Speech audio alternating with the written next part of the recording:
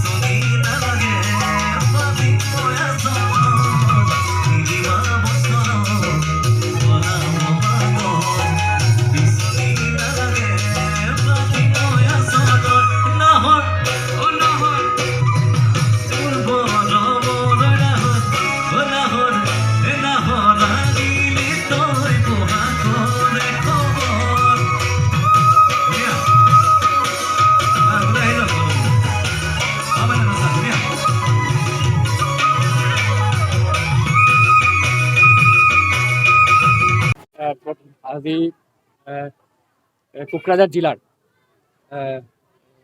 তিতাগুৰিত নতুন বছৰৰ দিগন্ত তথা বিশুৱা, বিহু, বৈশাগু, পহেলা বৈশাখ প্ৰত্যেক জাতি জনগোষ্ঠীৰ কলা কৃষ্টি অভিমান সংস্কৃতি যি ফেষ্টিভেল আমি সেলিব্ৰেট কৰি পেলাই নতুন বছৰৰ আগমনী আমি জনাইছোঁ, ৱেলকাম কৰিছোঁ।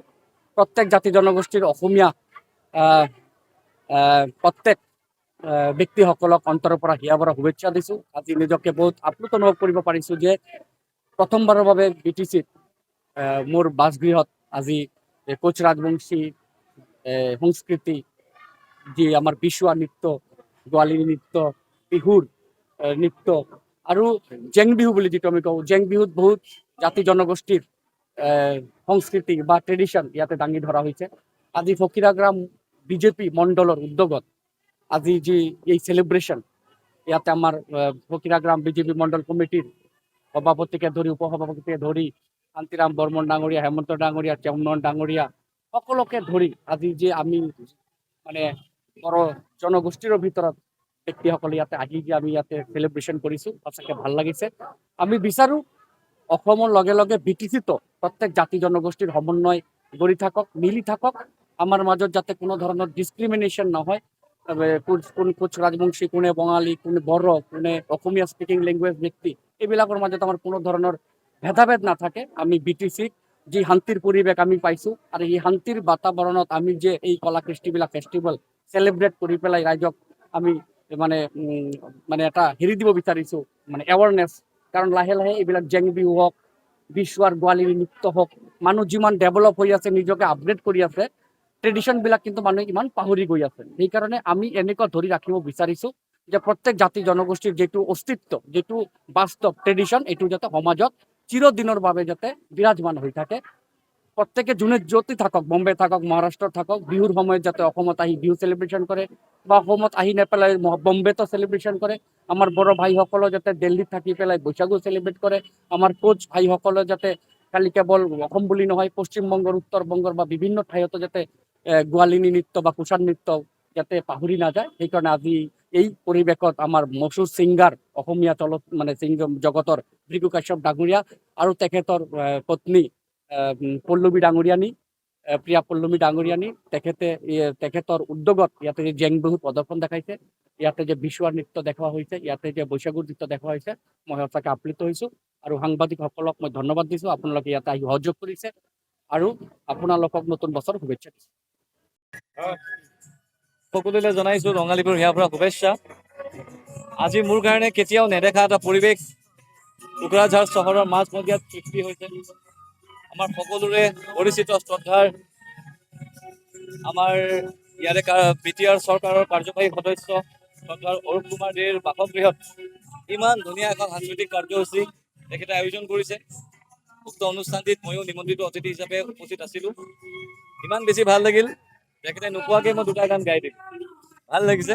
আৰু এনেকুৱা ধৰণৰ সামাজিক আৰু সাংস্কৃতিক পৰিৱেশ প্ৰত্যেকজন যিবোৰ লোক আমাৰ ৰাইজৰ বাবে কাম কৰি আছে, যিবোৰ ৰাইজৰ প্ৰতিনিধি, তেখেতসকলে এনেকুৱা ধৰণৰ পদক্ষেপ ঘৰে ঘৰে লোক, মই তাকে কামনা কৰিছোঁ। বহুত বেছি শুভেচ্ছা আছে।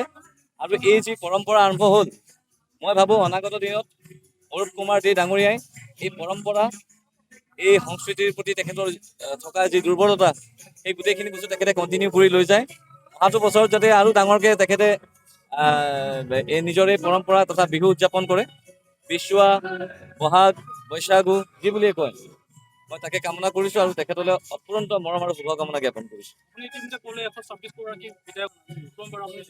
প্ৰয়োজন আছে, কাৰণ সমষ্টিখনৰ লগত এজন বিধায়কে সদায় লাগি থাকে। কিন্তু কথাটো হ'ল যে সমষ্টিৰ লোকসকলে সাংস্কৃতিকভাৱেও যে কেতিয়াবা জড়িত হ'বলৈ বিচাৰে, কিবা এখন অনুষ্ঠানত গ'লে তেখেতে ইমান ভালকৈ কানেক্ট হ'বলৈ নাপায়। গতিকে ঘৰত যেতিয়া অনুষ্ঠানটো হয়, প্ৰত্যেকজন মানুহৰ লগত নিজৰ যিখিনি সমস্যা আছে, কি উন্নয়ন হ'বলগীয়া আছে, গোটেইখিনি কথা তেখেতে পাতিব পাৰে।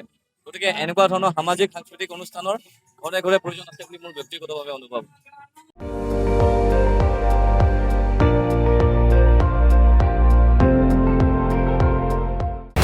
আপুনি চাই আছে ND24, সৰ্বশ্ৰেষ্ঠ নহয়, সৰ্বোত্তমৰ দৌৰ।